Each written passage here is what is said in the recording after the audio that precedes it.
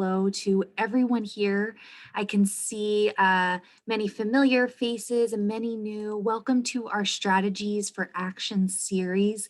Today is all about your voice, your power through your vote. And my name is Serena Ahmed. I'm the program coordinator for the Holocaust Memorial Resource and Education Center of Florida.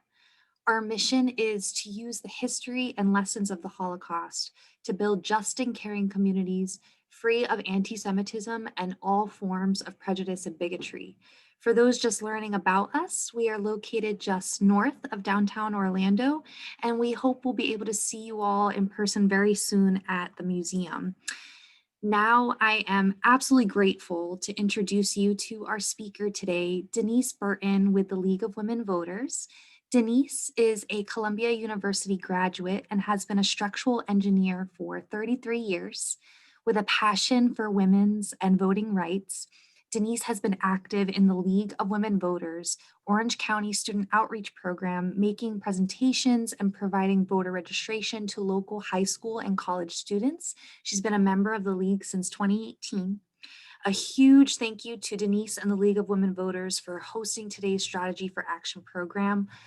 Very quick note before we begin, everyone, please note to write your questions that you would like Denise to answer here into the chat. At a few points throughout the program, Denise will be answering your questions in the chat, and I'll be monitoring it and posing the questions to her. Without further ado, it's my pleasure to pass the program to Denise Burton.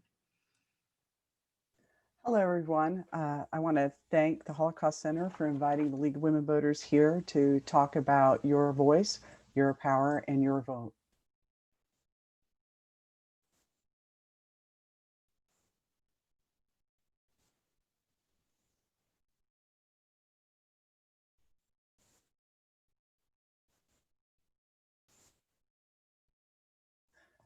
So let me talk a little bit about the League of Women Voters. We are a nonpartisan, political, nonprofit organization. What does that mean? That means that we do not support any political party or any candidates, but we do support certain issues that are important to the League. We were established in 1920 when women received the right to vote. Men have been accepted into the League since 1972. We serve voters and promote good governance, and we do research, educate like we're doing today, and we advocate for certain issues. So what are we going to cover today? We're going to talk about the history of voting in the United States, the importance of voting, why some people just don't vote, and how to register and vote. The history of voting rights in the United States. In 1776, the Declaration of Independence states, "We hold these truths to be self-evident, that all men are created equal." In addition to that line, it says that they are endowed by their Creator with certain unalienable rights, that among these are life, liberty, and the pursuit of happiness. Apologize.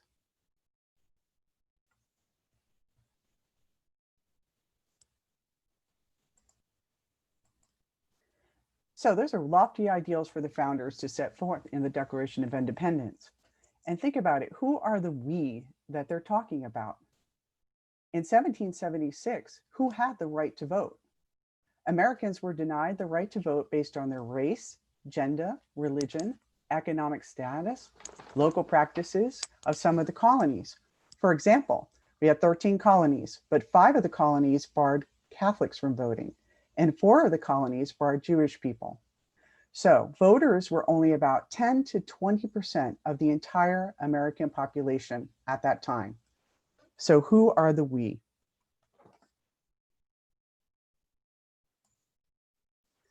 The question is there a US constitutional right to vote? Is that in the Constitution? Do we have a right to vote? The answer might surprise you because the answer is no. We have amendments to the Constitution that state that certain people cannot be precluded from voting, but Article 1, Section 4 of the Constitution says that states can set the guidelines and procedures for their voting practices. That's why you see in some states, we only have mail-in ballots. In some states, we have early voting. In some states, we do not automatically restore nonviolent felon rights to vote. Every state can dictate their voting practices and policies. So universally, in all of the state legislature, what were the 5 things that were required to be part of that 10 to 20% of the we that we had when the Constitution was ratified in 1789? The 5 things were: you had to be a landowner, you had to be white, you had to be male, you had to be 21, and you had to be a Protestant.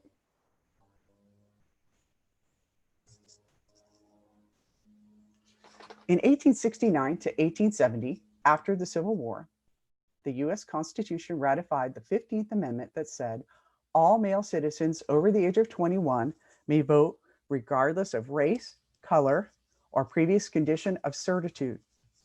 So what that did was it took away 3 of the 5 conditions. You did not have to own land, you did not have to be Protestant, and you did not have to be white. But some states responded with polling taxes implemented to restrict former slaves and poor whites from voting, and there were violence at the polls and threats to would-be voter. This amendment did include men, but not women. 72 years later, from 1919 to 1920, the women's suffrage movement, the US Constitution ratified the 19th Amendment that gives all citizens the right to vote regardless of sex. We are expanding the we from the original Declaration of Independence.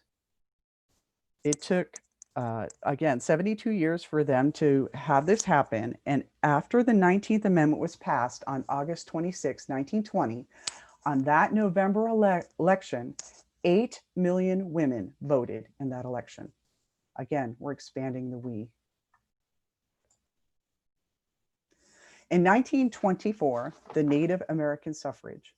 Native Americans were granted the right to vote under the Indian Citizenship Act.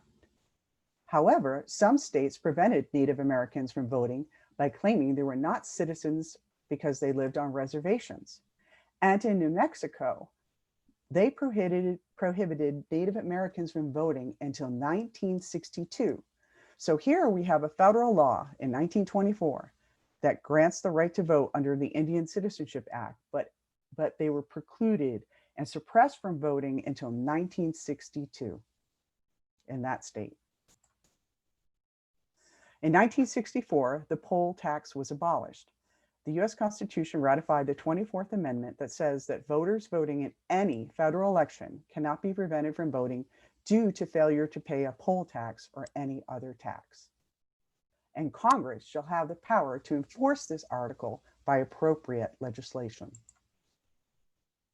In 1965, during the Civil Rights Movement, Voting Rights Act was signed. No state or political subdivision may deny or abridge the right of any citizen of the United States to vote on account of race or color.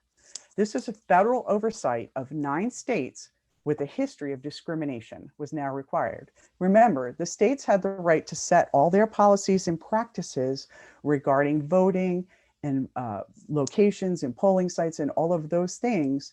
And this was finally federal oversight for some of the states that had a history of discrimination.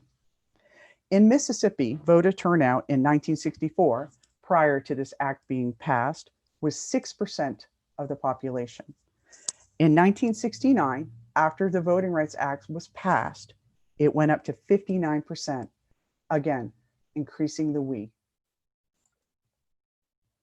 In 1974, during the Vietnam War, the 26th Amendment was passed, granting young adults the right to vote at age 18 and older. Again, we're getting rid of the women condition, or the male condition, excuse me, and the age description. So those first 5 things that we saw in 1776 have now been overcome. And the reason for this is at 18, you could be drafted into the war at the time, and Congress determines who goes to war. So the slogan was, if you're old enough to fight, you should be old enough to vote for the people who have sent you there. In 2013, we took a step backwards. Voting Rights Act was modified. in June of 2013, the Supreme Court struck down a key provision of the Voting Rights Act. The provision was that nine mostly Southern states with a history of racial discrimination get federal approval before making any changes in their voting laws or requirements. It was passed 5-4 because the justices ruled that racial minorities no longer continue to face barriers to voting and that federal approval was not needed. So as you can see, as we're going through the history of voting rights in America, we determine that every time we get more and more people involved in the democracy, the we expands. And with that, a lot of people had to struggle to go to the polls with the violence, and they worked really hard to get to this point that we can have as big a body of people able and eligible to vote as possible. But we still have voter suppression. Some of the things that are voter suppression are requiring voter IDs. They cost money to have a voter ID, and a lot of people are precluded from getting that. Disenfranchising nonviolent felons who have served their time. There are 4 states that do this. Florida is one of them. And we had just passed in 2018 an amendment saying that they should have their voting rights restored. Providing insufficient voting sites. There was an instance in the 2018 election where in Atlanta, for example, they closed all the rural polling locations. So people who lived out in the rural areas, mostly of low economic means, couldn't find a polling site. And they took that to the Georgia Supreme Court, and they won. They had to open up those polling places. Spreading disinformation. This is a huge problem now. There's all kinds of information floating out there. Polling places are closed, times are different, a whole bunch of information that's still going on today. And gerrymandering of voting districts. That's when we take a certain area and we try to draw a district around it so that we can have either a Republican or Democratic candidate win that location, and we can put that on the legislature. That's what gerrymandering is, and that's in the news a lot in many states. So I'm going to take a little quick break here and see if there are any questions. Denise, I'm not seeing questions yet in the chat. Okay. I do have a few of my own, but perhaps we should just keep going. Keep going. Yeah. Okay. All right. So let's talk about the importance of voting. In 2016, the only 60.2% of eligible voters voted in that election. That was less than in 1960, when 63.8% voted in that election. But as you can see, 40% of eligible voters did not vote in the 2016 election.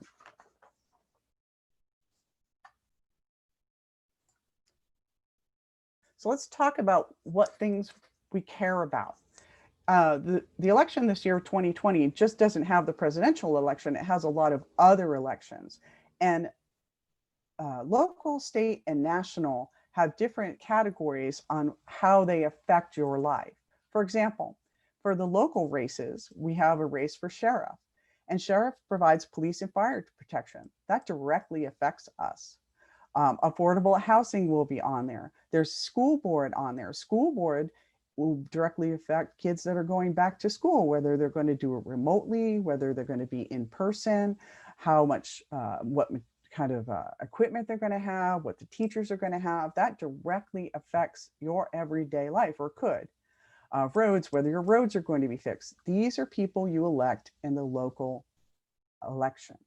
Then we have state elections. They determine minimum wage. We do have an amendment on the ballot this time about minimum wage.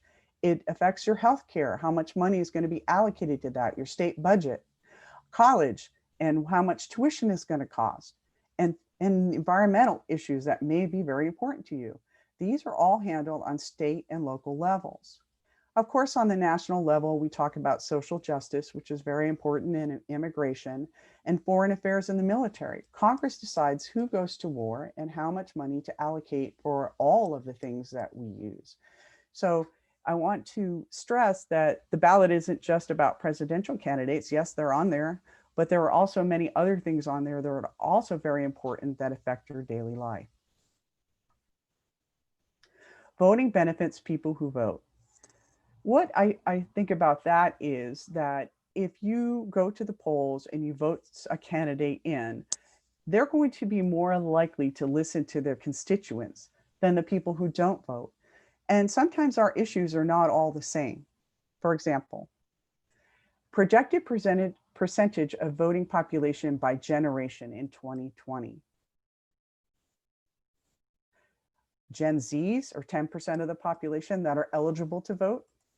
Millennials are 27% of the population that are eligible to vote. Gen X is 25%. Baby boomers are 28%. And the silent generation is 9%. This is the projected percentage of voting population, how many people are eligible to vote. This next slide tells me what's in red was what we just saw on the previous slide, but what's in black is the percentage of people that actually vote. So if you look at just say the top one, 10% of those people, only 32% of the 10% vote in the election. But if you look at 9%, which is roughly the same as 10, double the amount of people in this category vote. So if you look at the 45 to 75 and older group, that's a majority of the people who vote. So are the people in this category going to have the same issues, concerns that you have or that the people in this category have? Maybe, but maybe not. So you won't be represented unless you vote. Your vote counts. I'm going to bring you back to the year 2000 in the presidential election. It was between George W. Bush and Al Gore. That election came down to 583 votes in the state of Florida. Your vote counts. I'm going to bring you a little closer to 2016, the last presidential election. That was determined by 77,000 votes in 3 states, Michigan, Wisconsin, and Illinois. That is what determined the president of the United States. I'm going to take you closer. 2018, the Florida governorship seat was only won by 33,000 votes. In a state that has 14.1 million registered voters, 33,000 votes determined who the governor was. We also had a similar situation for the senator. It is more important than ever. Every vote counts. And these are some pretty good indications of how close some of these races are. Bad politicians are sent to Washington by good people who don't vote. It's not only Washington, it's state legislature, it's local legislature. It's a lot of different levels of government. What are the top reasons people don't vote? Whoops. Sorry. They think their vote won't count. Well, we just discussed how your vote really does count in some of these very close elections. And Florida is not the only state that has these very tight races. They say that they're just too busy. Okay. They have difficulty with registration requirements. They don't care. They think that voting lineups are too long. They don't like the candidates and they have trouble getting to the polls. Those are some of the top reasons.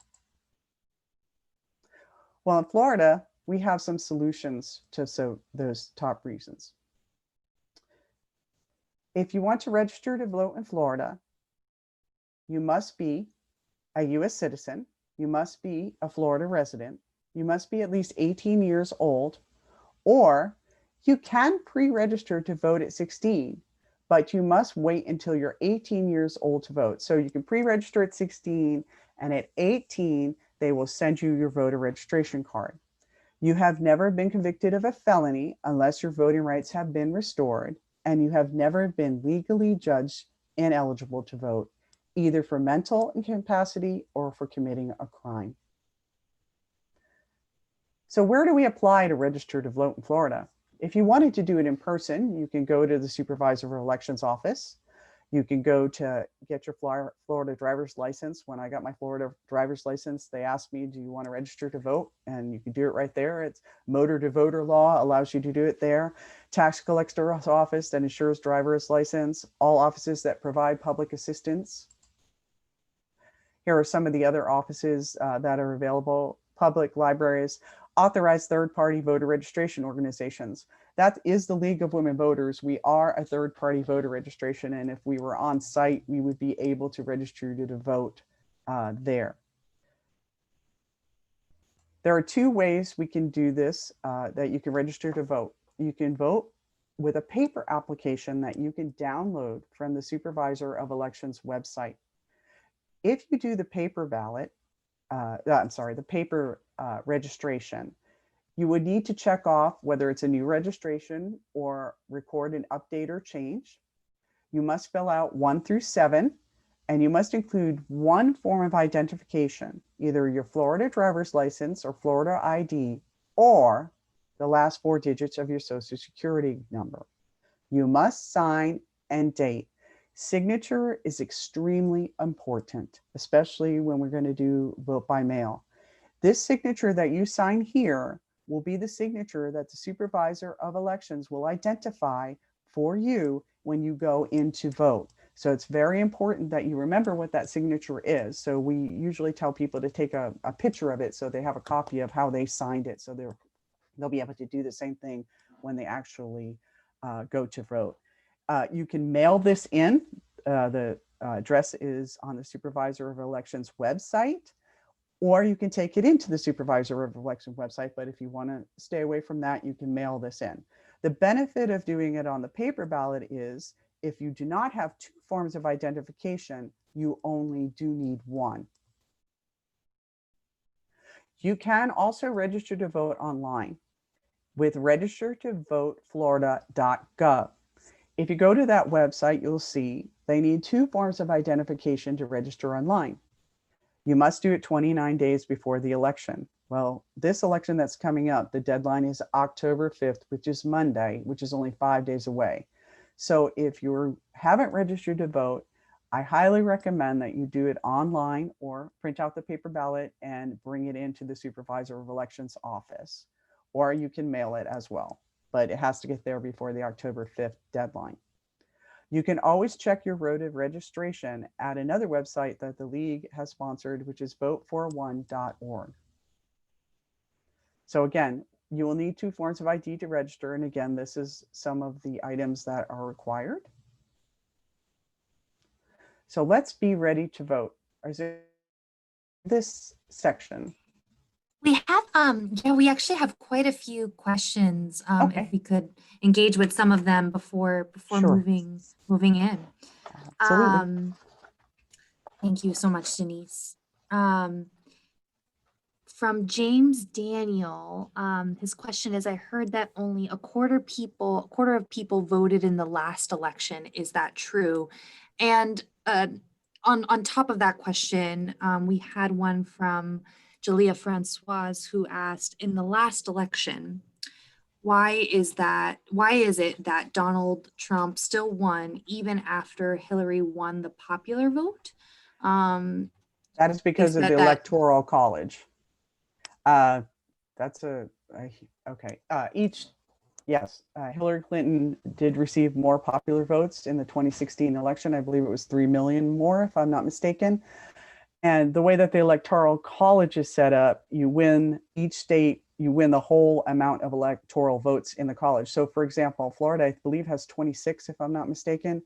And even if one candidate, in this case, Donald Trump, from the last election, if he got 56% of the vote, he gets all 26 Electoral College votes. They don't split it up. So that's the reason why, because of the Electoral College and how the states will give whoever wins the state, even if it's by 1 percentage point, the entire amount of Electoral College. So he was able to, even without winning the popular vote, he was able to generate enough Electoral College votes in order to win the election. Thank you so much, Denise. And um, there was a comment made that that's why, so Julia said, I try to convince my friends to vote, but because of the Electoral College and that system, that is one of the reasons that they don't. And so do you have any suggestions for how we have these conversations with friends and family and colleagues to encourage them to use their right to vote? And any organizations that you maybe want to point us to, where we can get involved in figuring out how we, fix these systems. There's a lot of talk about the Electoral College. There's a lot of activity about, whether we should keep it and whether we should not keep it. It was established in the Constitution. It's been a long time that it's been there. All I can say is that even if you win your state by 1%, 51 to 49, you get all of the Electoral College votes. So I say get out there and vote, because if you don't, then you reduce your chances of the person that you would like to be to move forward. You reduce that chance dramatically by not voting. So I say get out there and vote. The League of Women Voters is a good place to go. There's plenty of organizations that you can get involved in, even within the league, of different topics as well. We have a government committee that also handles, I think they're looking into the Electoral College. They're the one that looked into whether our primaries should be closed or open, and that might be a good resource for them as well. The government committee. Correct. Part of the league. League of Women Voters. That's the one I'm the most familiar with, but I'm sure there are others as well. And we'll make sure to spread these resources that we're learning here with you today. Denise, thank you so much, through our social and in follow-ups to this session. There's a few more questions before maybe we go on to be ready to vote. How do you feel? Do you want to answer, 2 or 3 more, or do you Yeah, want I to think so. continue? I think we have time. This next section is probably not too long, so I think it'd probably be okay. Okay, great. Thank you so much. We have one that's in relation to making sure that we feel very comfortable that the process works, that our vote counts. And so, especially with the debate last night, can you address for us how we know the process works, especially with the counting of absentee ballots? Okay, I can tell you in Orange County how it works specifically, because that's where we're based. I will go into this a little more detail in the next section that tells you the Supervisor of Elections website. If you would like a mail-in ballot, and I did this last time, so I have personal experience on how it works, is that you request the ballot. And when you request a mail-in ballot, you do have to answer some questions, and it is a secure request.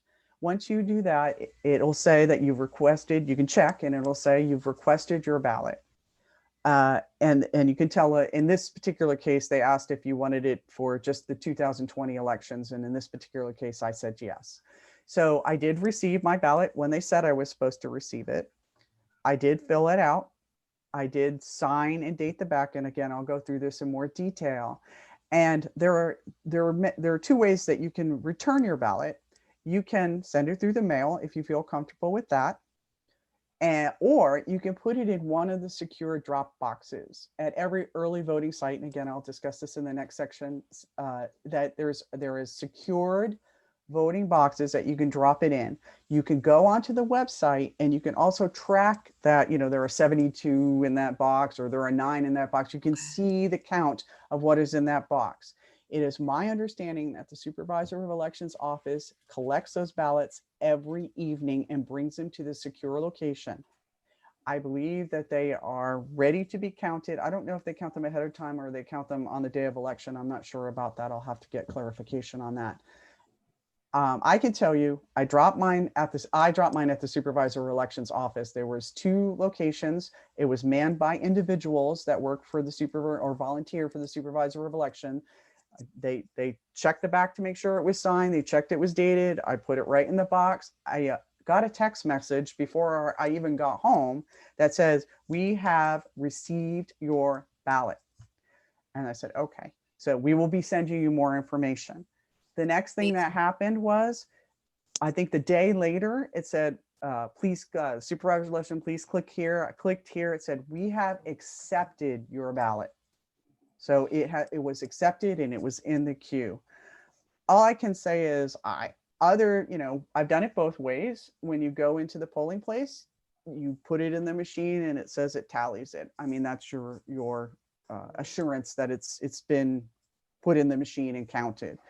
They send you an email saying it's been accepted. That's your insurance. I haven't heard of any issues with Orange County at all. I think they have a very good system of securing the ballots and also counting the ballots as well.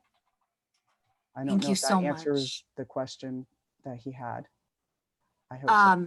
Absolutely it And does. there are 5 states, by the way, that do mail-in ballot only. 5 states.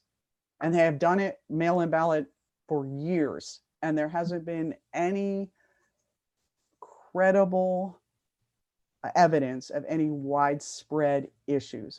There are small little indications, and these people are, arrested and prosecuted as they should be. But there is not any evidence. I think Utah is one of the states that does it completely mail-in and has been doing that for years. People from the armed forces have always been doing it mail-in as well. Thank you so much. And we'll make sure to send out the resources for how you sign up for those alerts. So that way, everyone has easy access to these resources. And we have a few more questions, but if you want to continue, and then we can engage with them more Okay. after this next section. Sounds great. Thank you. Thank you, Denise. Okay, let's be ready to vote. We have a website called vote411.org, which is the league's tool to help you vote.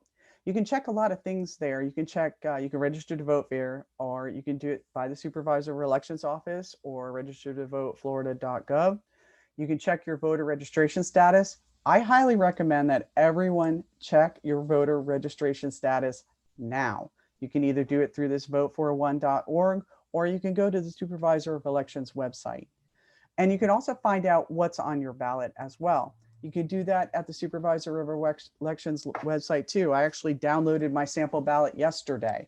The mail-in ballots are going to be sent out today, as a matter of fact, but I actually got a copy of the sample ballot. You can find out what's on your ballot ahead of time so you can make your plan to vote.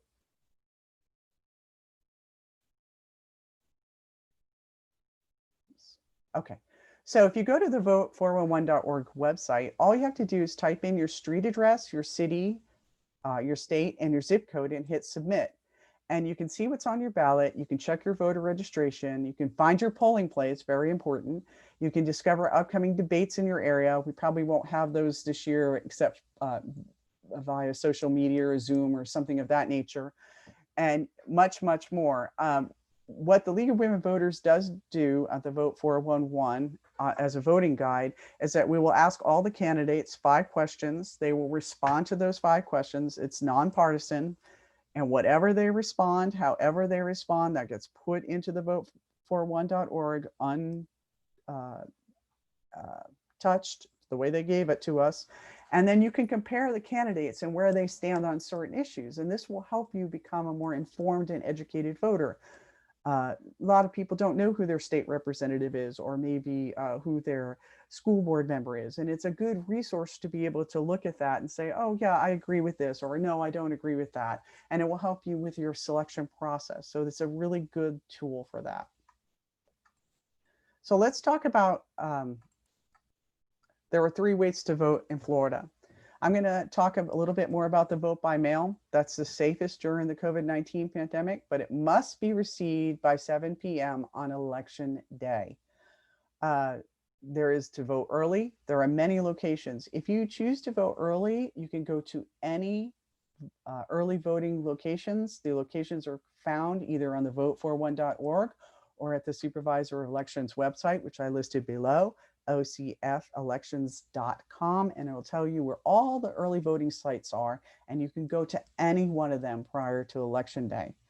If you choose to go on election day, if you want to go in person, you must go to the precinct that is on your voter registration card or that's listed at the Supervisor of Elections website. That's very important. Here, if you go to vote in person, you will need to have a picture ID that shows your picture and your signature. You can, and some of the acceptable IDs are listed below. Florida driver's license, Florida identification card issued by the Department of Highway Safety and Motor Vehicles, as passport. You can use a student ID, but if it doesn't have a signature on it, you will need to provide some other identification that shows a signature. So you can have two IDs, one with your picture and one with your signature. It doesn't have to be on the same ID. So let's talk what's on the 2020 ballot. We have county commissioners, we have judges, we have school board seats. Again, there's your local level of government that really has good influence in what's happening in your daily life. We have state electors, state representatives and state senators. And of course, we have the president and US representatives. General election is November 3rd, 2020. The deadline to register to vote is Monday. Okay, these are some important dates and other information. The deadline to register to vote is October 5th. Early voting begins here in Orange County on October 19th, and it goes through November 1st, which is the Sunday before Election Day. The polling places are open 8 a.m. to 8 p.m. every day of the week. So it's very convenient. If you choose to go in person, this is very convenient. If you would like to request a vote by mail ballot, you can either do it by going to the Supervisor of Elections website or the votefor1.org. You have to request it by October 21st, 2020. I recommend if you want to do a vote by mail ballot, I recommend that you request it now.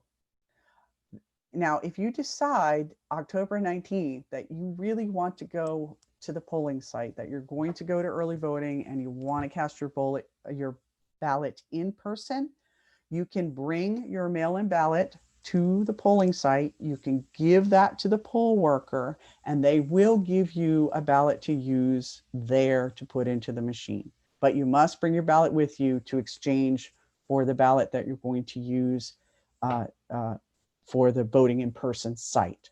So that is a possibility. One thing I would like to say about the mail-in ballot, on the back side of the ballot, you must seal the envelope.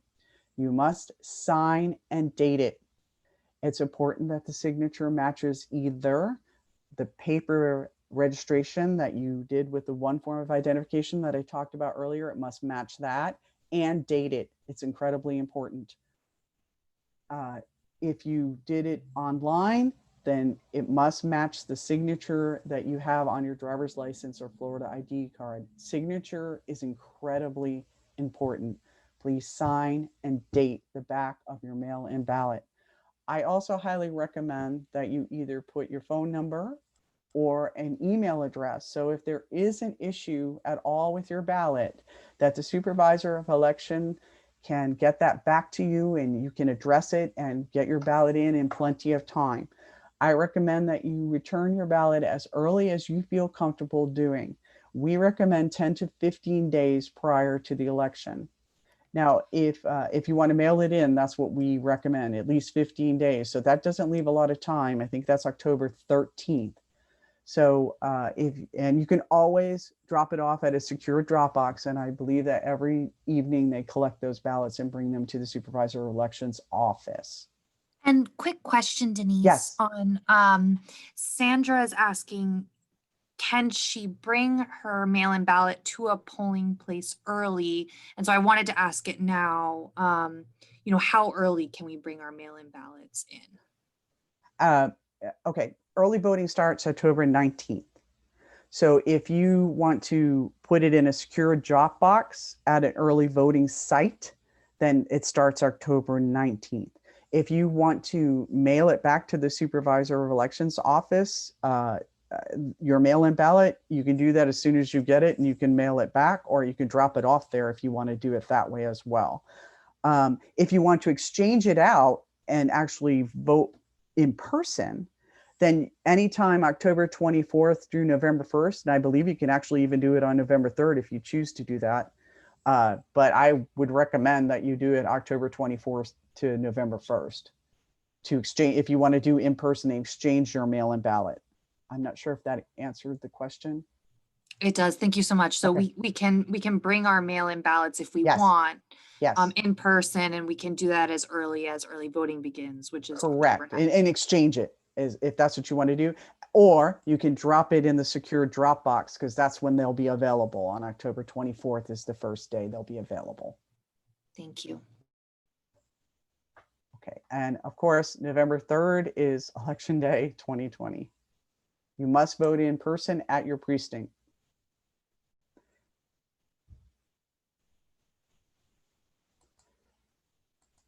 No one will ever deprive the American people of the right to vote except the American people themselves. And the only way to do this is by not voting. That's Franklin Delano Roosevelt. Again, the league does have paper voters guides. We do have them. And if there's a need for them and you need me to get you some for the Holocaust Center, I'd be happy to do so. Some people prefer paper over doing online, but the online version is at vote41.org.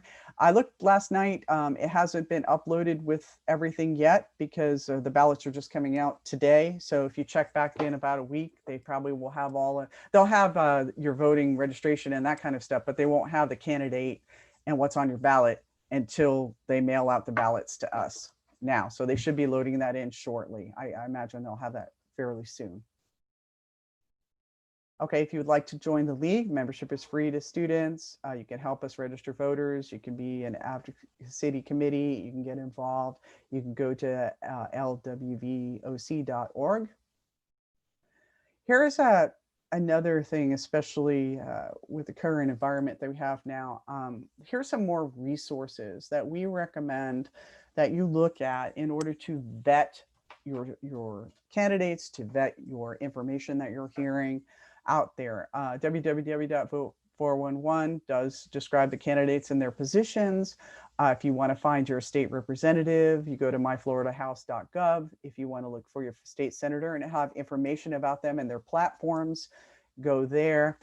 If you hear a lot of things that are going on, there's a lot of noise and a lot of chatter. If you want to make sure that you're getting the facts, we recommend PolitiFact, Snopes, Fact Check. These are all sites that will help you decide what's right and what's true and what's not true.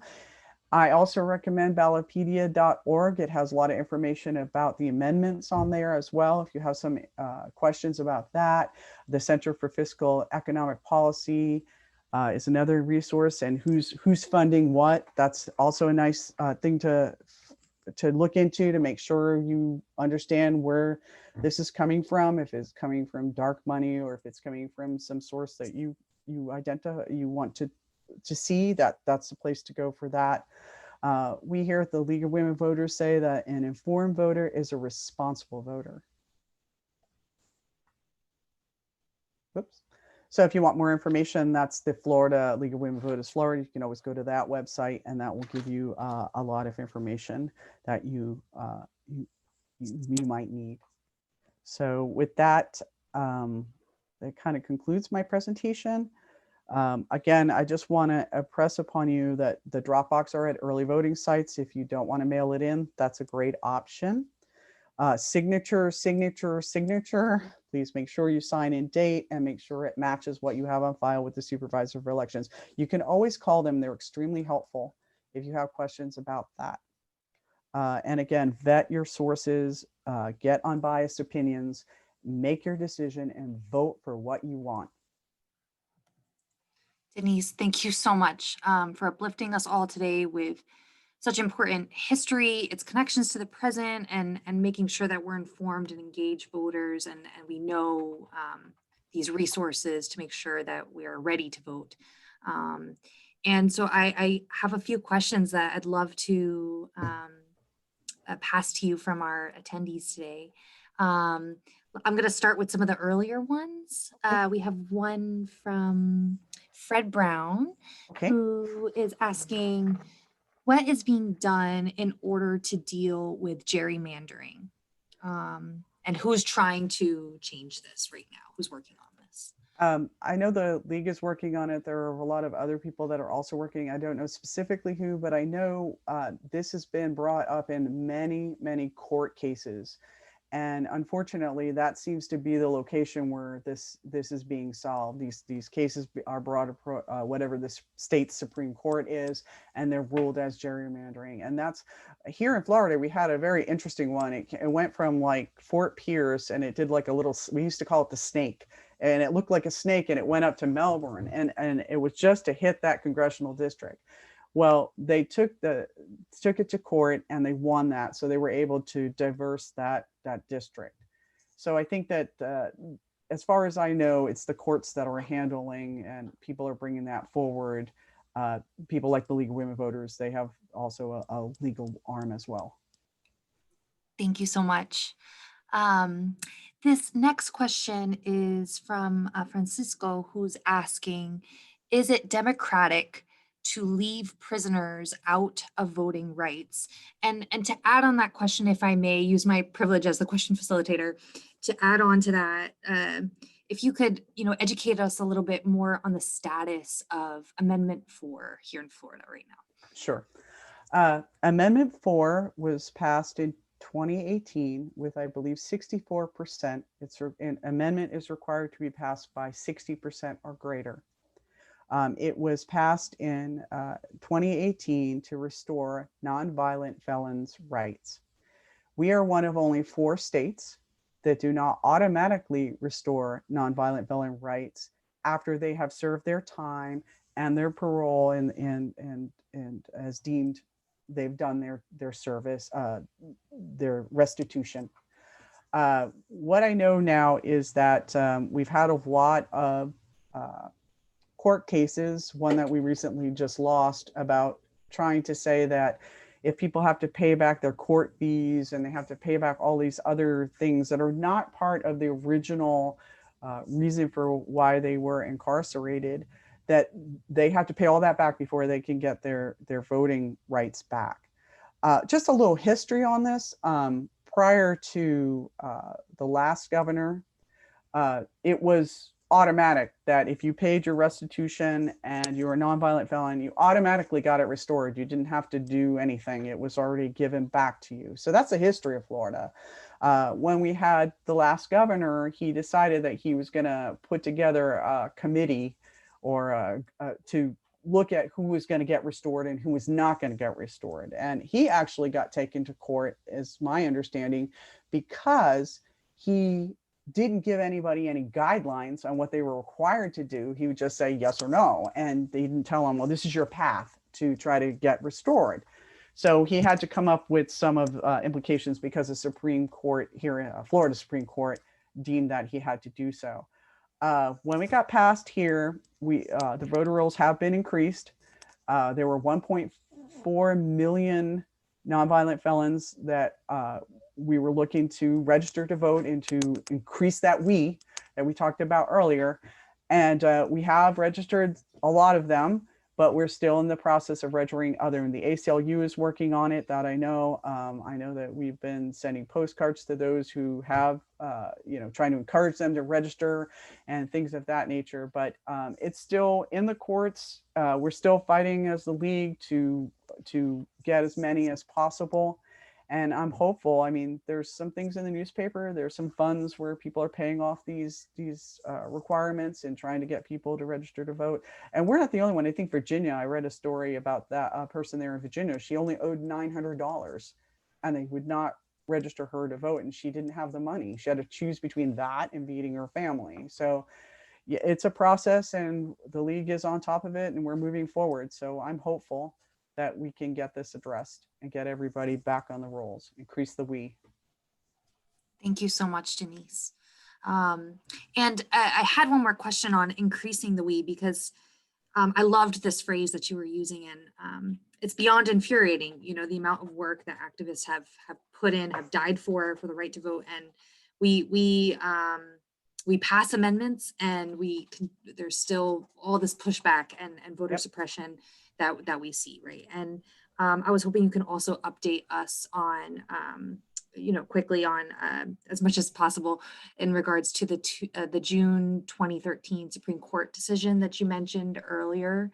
And I know there was, the most I know about it was, there's that trajectory. It started with, I think, Shelby versus Holder, and then made its way all the way up to the Supreme Court, where they made that decision to take away that that stipulation under the Voting Rights Act, specific to those 9 states. Well, okay. What I know so far about that is it is in the Constitution that the states will run their elections. And it specifically says in Article 1, Section 4, that the places and manners of holding elections for senators and representatives shall be prescribed in each state. So, you know, as the Supreme Court has to interpret the Constitution to the best of their ability, that's where they were at when they were trying to make this decision. But in 2013, the states brought this to them saying, hey, it's in the Constitution that we should be able to do whatever we want. We don't want your federal oversight because it says clearly in the Constitution that we don't have to have it. So they voted 5-4. It was a very close vote. I do know, from what I understand, the House of Representatives has passed a reversal of that law, so to restore the original Voting Rights Act intact. Plus, I believe it adds other things, but I'm not familiar with what it adds. I'd have to do some research on that. That has been passed by the House. Okay. It has been called by, I believe they want to call it John Lewis's bill because of his amazing work through his lifetime on voting rights in America. And it is sitting in the Senate, waiting to come forward. That is my understanding. Hopefully I'm correct on that, but that's what I believe has happened. So hopefully the Senate will bring it up, vote it in, and it will become law again. Thank you so much. And we have 2 more questions, both related to making sure we're ready to vote. Yes, be ready. And so this one is from Michaela Fisher. Okay. If you drop off the ballot at a secure drop box, does it still require postage like if it was being mailed? Well, if you're in Orange County, the postage is paid. So you don't even have to worry about it. You'll see it says no postage needed it was a green envelope. But no, if you drop it in the secure box, it's where it needs to be. And you don't have to worry about postage no matter what in Orange County. Now, Seminole County is different. Osceola County is different. I don't know I think Seminole County does require you to put a stamp on it, but I'm not sure about that. But if you put it in the drop box, no. That's my understanding. It goes straight there. And Fred Brown in Florida asked, must you return the ballot with the sleeve? I don't know you have to put it return the ballot in the sleeve when you bring it into the to exchange. I don't know the answer. I do believe. Okay. I would imagine you'd have to bring it all in, but I don't know the answer to that. I can find that out for you if you need to know. Thank you so much. Thank you so much. That would be wonderful. I think Gloria Pickler also chatted in there. She had some information you might want to. Yeah, so it looks like a comment. Let's see. Yeah, and this will be our last one today. Okay. You can vote in person even if you don't bring back your vote by mail ballot. Okay. By completing another form. Okay, so maybe they ask you to complete another form while you're there. Thank you, Gloria. I wasn't aware of that. So that's good. I'm glad we got that information out there. Thank you so much. And we'll make sure, that we post answers to questions that we weren't able to answer today or that we didn't have the answers for onto our social media. So everyone, please follow the Holocaust Center on social media platforms, Facebook especially, and we'll also be posting this virtual recording to our website, which I will tell you a little bit about shortly in concluding remarks. Denise, do you have any last words that you want to say today before I conclude us out? I'd just like to say one thing that's really important to me. First of all, vote, please vote. It's so critically important. So many people work so hard to give us this opportunity, this privilege to vote for what we want. But when you think about the Founding Fathers and the Declaration of Independence, and what they say in that, where we say we hold these truths to be self-evident, that all men are created equal. And I think about that, equal. How are we really equal? Well, let's not talk about the Electoral College, but let's talk about Florida in general. My vote counts the same as your vote, counts the same as your neighbor's vote. counts the same as the richest person who lives in Florida as the non-richest person who lives in Florida. It doesn't matter what, we all get that one vote. And in some respects, this part of the Declaration of Independence has come true, that this particular moment is the only time I can think of that we really are equal. We all have one vote. So please use it. Vote, vote, vote, vote, vote. It's so important, especially in this election. Thank you so much, Denise. Thank you for empowering us today with this knowledge, these action steps. For questions, again, that we didn't get a chance to answer, we'll make sure to follow up on these over our social media. So everyone, please follow the Holocaust Center, the Holocaust Memorial Resource and Education Center of Florida. And thank you so much to our audience, our attendees, always for being with us for these important strategies for action sessions and for writing such meaningful questions and dialogues into the chat. I look forward to continuing our courageous conversations in all future upcoming events. And in conclusion of our event today, I have a few more important reminders, announcements, new announcements for those joining us for the first time. After today, you will receive an email with a link to take a short survey where you can provide feedback. If you may please take a few moments to complete the survey, we greatly appreciate your feedback on how we can improve our time together in all future events. And the recording of today's event with League of Women Voters will be uploaded to our website within the next few hours. So please make sure to share with your family, friends, and colleagues who missed this discussion and other discussions that we've had over these many months to watch at their leisure.